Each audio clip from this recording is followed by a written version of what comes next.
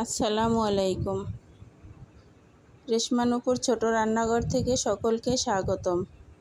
আজ আপনাদের মাঝে নিয়ে আসছি আরও একটি রেসিপি, খুবই সুস্বাদু এবং মজাদার। চিংড়ি মাছ এভাবে রান্না করে খেলে মুখে স্বাদ লেগে থাকবে। তাই চলেন ঘুরে আসি মেন রেসিপি থেকে। এখানে আমি কিছু চিংড়ি মাছ নিয়েছি। চিংড়ি মাছগুলো মোটামুটি বড় সাইজের। যে দেখেন, এখন আমি চিংড়ি মাছগুলোকে কেটে ধুয়ে পরিষ্কার করে নিয়েছি। এখন আমি এগুলোকে লবণ, হলুদ গুঁড়ো, মরিচ গুঁড়ো দিয়ে মাখিয়ে নেব।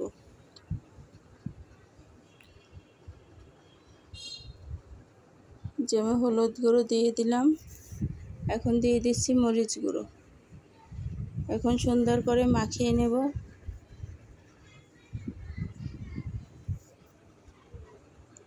চিংড়ি মাছ ছোট বড় সকলেরই পছন্দ, বিশেষ করে বাচ্চাদের তো খুবই পছন্দের একটি মাছ।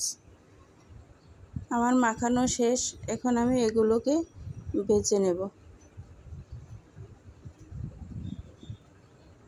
এই যে দেখেন, আমি এক এক করে মাছগুলো দিয়ে দিচ্ছি।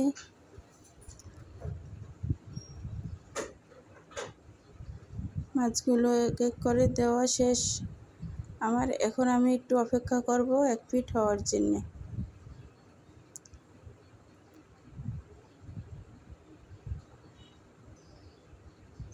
এক পিঠ হয়ে গেলে আমি মাছগুলোকে উল্টে নেব।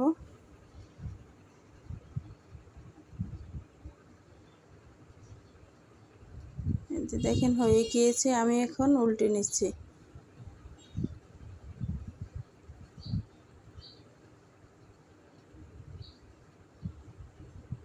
এক পিঠ উল্টে আমি অন্য পিঠ ভাজার জন্য দিয়ে দিলাম। কে কে এরকমের করে চিংড়ি মাছ খেতে পছন্দ করেন অবশ্যই কমেন্টে জানাবেন। ভেজে আমি উঠিয়ে নিলাম, দিয়ে দিলাম পেঁয়াজ কুচি।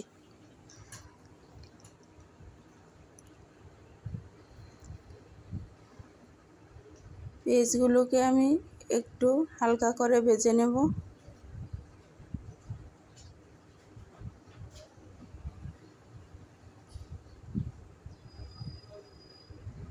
এখন এখানে আমি দিয়ে দেব পরিমাণ মতো হলুদ গুঁড়ো, আর দিয়ে দিচ্ছি মরিচ গুঁড়ো। অল্প একটু পানি দিয়ে আমি কষিয়ে নিলাম। অবশ্যই মশলাটাকে সুন্দর করে কষিয়ে নিতে হবে। মশলা না কষালে হলে কিন্তু গন্ধ করবে। এখন এখানে আমি নিয়েছি কিছু নারকেল বাটা। এখন দিয়ে দিচ্ছি আমি নারকেল বাটা।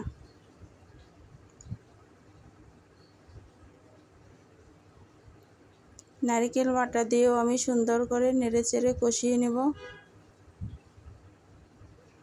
অবশ্যই খেয়াল রাখতে হবে, নারকেল বাটা দিলে এখানে হলুদের পরিমাণটা একটু বাড়িয়ে নিতে হবে, নয়তো কালারটা সুন্দর আসবে না। অবশ্যই হলুদের পরিমাণটা একটু বাড়িয়ে নেবেন। নেড়েচেড়ে কষিয়ে নিচ্ছি। নারকেল চিংড়ি ভুনা অনেক সুস্বাদু এবং মজাদার হয়। অবশ্যই বাসায় একবার হলেও ট্রাই করবেন।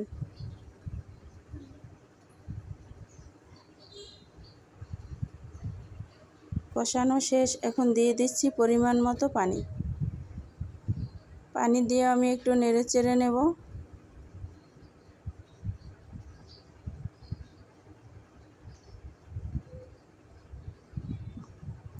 বলক এসে গেছে, এখন আমি দিয়ে দিলাম কিছু কাঁচামরিচ।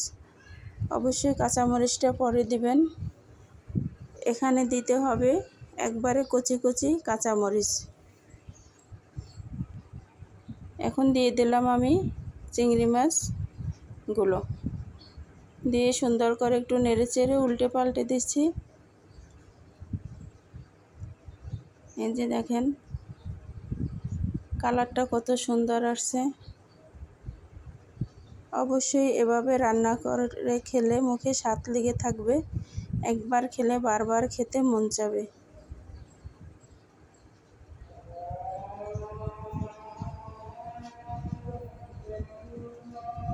খুবই সুস্বাদু এবং মজাদার এই রেসিপি।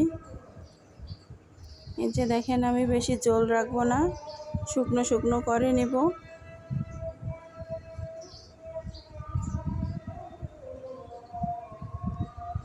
আমার মাছ উঠিয়ে নেব এখন। এই যে হয়ে গিয়েছে, দেখেন দেখতে যতটা লোভনীয়, খেতে অনেক সুস্বাদু এবং মজাদার হয়। অবশ্যই এভাবে নারকেল চিংড়ি মাছ ভুনা করবেন। এটা বরিশালের একটি ঐতিহ্যবাহী খাবার।